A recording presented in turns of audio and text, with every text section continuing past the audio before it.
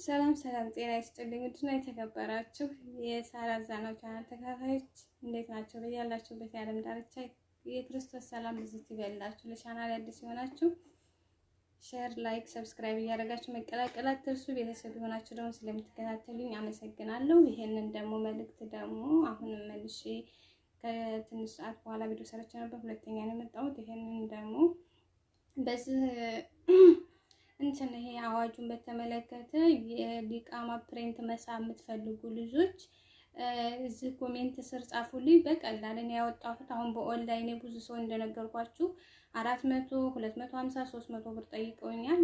ግን እዛ እንትን ጀዋዛት ቦታ ሄጄ ቁጥሩን ተቀብዬ ስለመጣሁኝ የሊቃማ ፕሪንት መሳብ ለምትፈልጉ እህቶቼ ኮሜንት ላይ ጻፉልኝ። የቴሌግራም አድራሻ ሰጣችኋለሁ፣ ቦታውን እጠቁማችኋለሁ። በቀላል ብር ወይም ስልኩን ኮንታክት አደርጋችኋለሁ ወይም ቦታውን እንትን ተደዋውላችሁ ይወስፍላችኋል። ሄዳችሁ ማውጣት የምትፈልጉ ቦታ ጠቁማችኋለሁ። የሚያወጣላችሁ 150 ብር ብቻ ነው። 400፣ 350 እንዳትበሉ።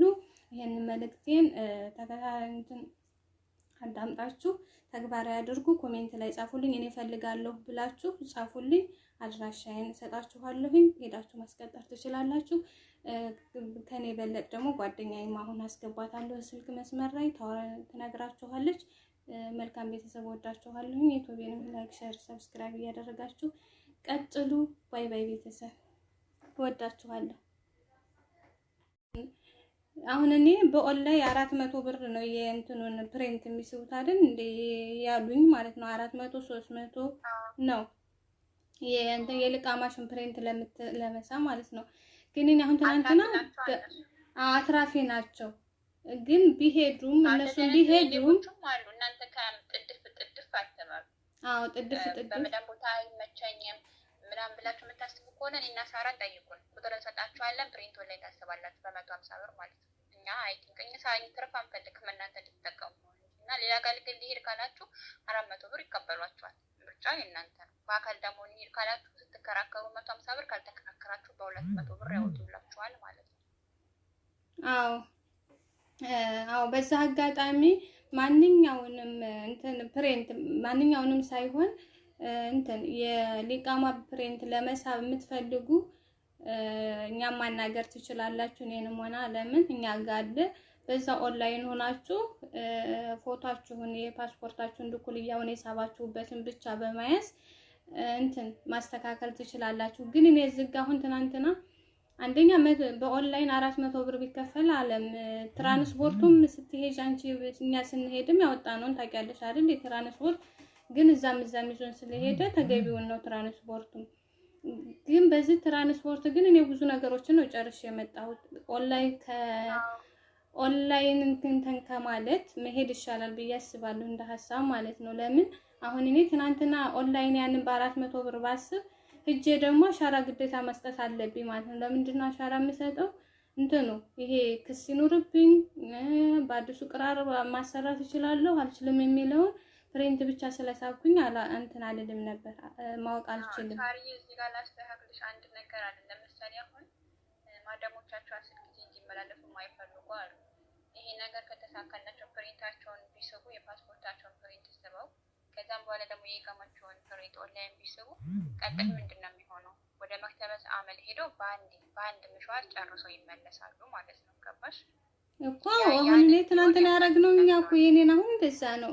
መክተብ አመል ብቻ ሳይሆን እስከ ሚግሬሽን ድረስ እስከ ኤጀንሲ እንትን ድረስ እጪ ፓስፖርቴን እስከ ማስቀጠል በአንድ መደዳ ጨርሼ የመጣሁ። ግን ኦንላይን 400 ብር ብትከፍሊ ግን ለዛ ለሊቃማሽ ፕሪንት ብቻ ነው። ከዛ ደግሞ እንደገና ለመሄድ ወጪው ይበዛል። ግን እንደዚህ ወጪ ስለሚበዛባችሁ ሄዳችሁ ቀጥታ የሊቃማችሁን ፕሪንት ስባችሁ መክተብ አመል ሄዳችሁ ፓስፖርትም ደግሞ ማስቀጠር የምችሉ ካላችሁ ያው እንግዳ በእርግጥ በአንድ የሚሻወር 50 ብር ከሆነ የሚከፈለው በ50 ብር ነው ማለት አይደለም።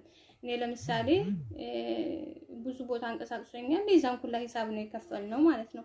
ወደ ሚግሬሽንም ምንም ወደ ጀዋዛትም ወደ መክተብ አመልም ሲሄደበትን ግን ቢሆንም ስራችሁም ዛሬም ነገ ምን እንውጣ ለዚህ እንሂድ እያላችሁ ከመዳሞቻችሁ ጋርም ከምትጋጩ በአንድ ድንጋይ ሁለት ወፍ የሚባል አይደል? እንደዛ መጨረስ ይችላሉ። ብዬ አስባለሁ። አዎ ደግሞ ስትሄዱ ደግሞ ከሀበሻ ጋር ቢሆንላችሁ ጥሩ ነው። ምክንያቱም ሀበሻው እያንዳንዱ ነገር እያጠያየቀ ስለሚረዳችሁ ማለት ነው።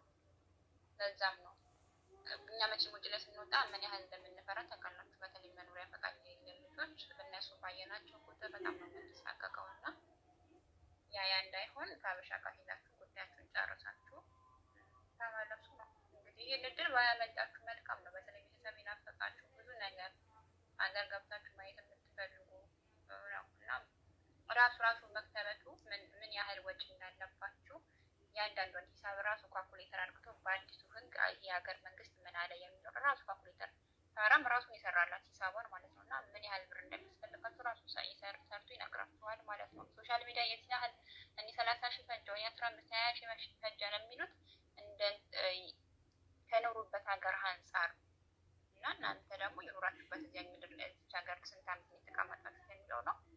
ያንዳንዷን ነገር ራሱ መክተቡ ሂሳብ ይሰራላችኋል ማለት ነው።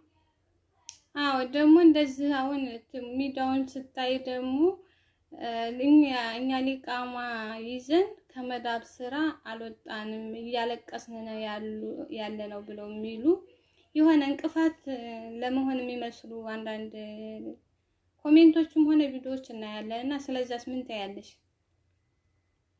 ነው ማለት አንዳንድ ጊዜ ያው እነዚህ ልጆች ከመዳም ኩሽና አልወጣንም የሚለውን ሀሳብ አልደግፍም።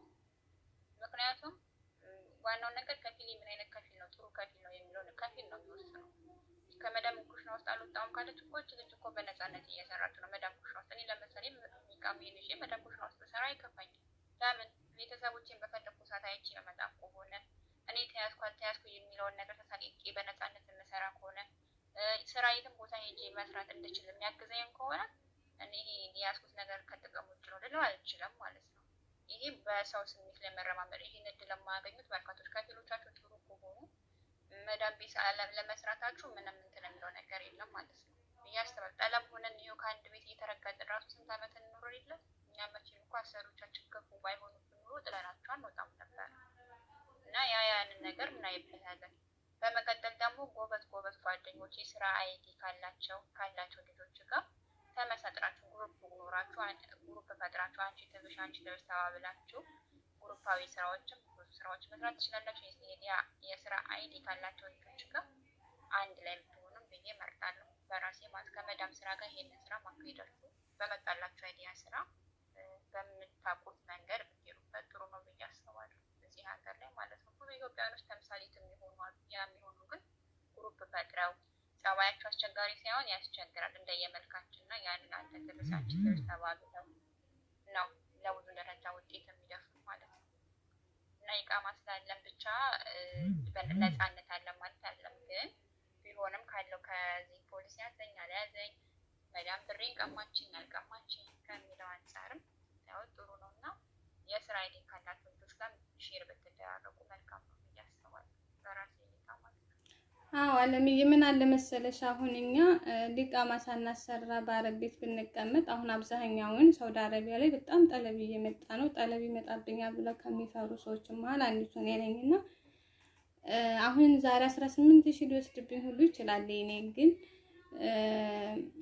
በቃ ይሄን 18000 ብር ከፍዬ ለምን ግን 18000ን ወይ ቁብ ገብቼ ሊሆናል ወይ ከጓደኞቼ አንጥቼ ሊሆናል እንጂ ይሄን ያህል ብር እጄ ላይ ኑሮ አይደለም እየሰራሁን ተካለሁ በማለት ማለት ነው። ግን ይሄንን አንጥቼ ባሰራ ድንገት ጠለብ አንጥታ ብታስወጣይ ሴትዬ የረፍት ቤት ብቀመጥ አንደኛ እያዛለሁ ብዬ አልፈራም።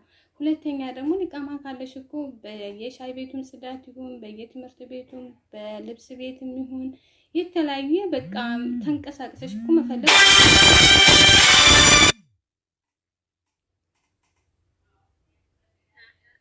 ያ ስለሚቻል እንደዚህ መሀል ላይ እንቅፋት የሚሆኑትን ባትሰሙ ማለት ይሄን አንዴ እኔም ለራሱ አሁን ሳስበው ወደ 720 ሺህ ብር ይወስዳል ነው የሚሆነው በኢትዮጵያ ሳስበው ወጪ ማለት ነው።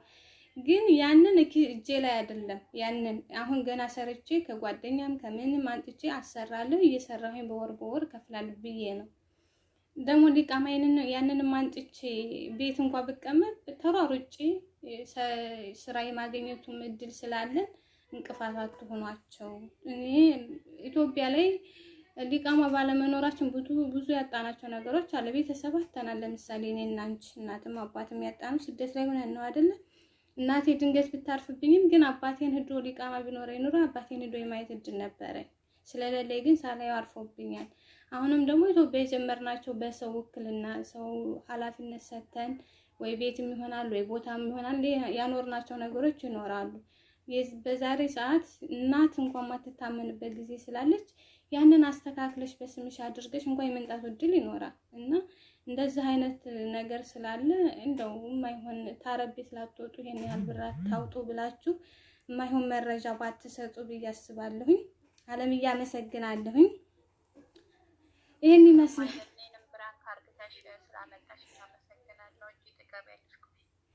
እሺ እና አሁን እደውልልሻለሁ። ልላክልሽም ልውጣና በዛኛው ስልክ ቪዲዮ በመቀረጽበት ስለሆነ ልላክልሽ። ስልክም ተደውሏል። እስኪ ላንሳ። ዶሬሬ ነው መሰለኝ። ከዛ እናወራለን።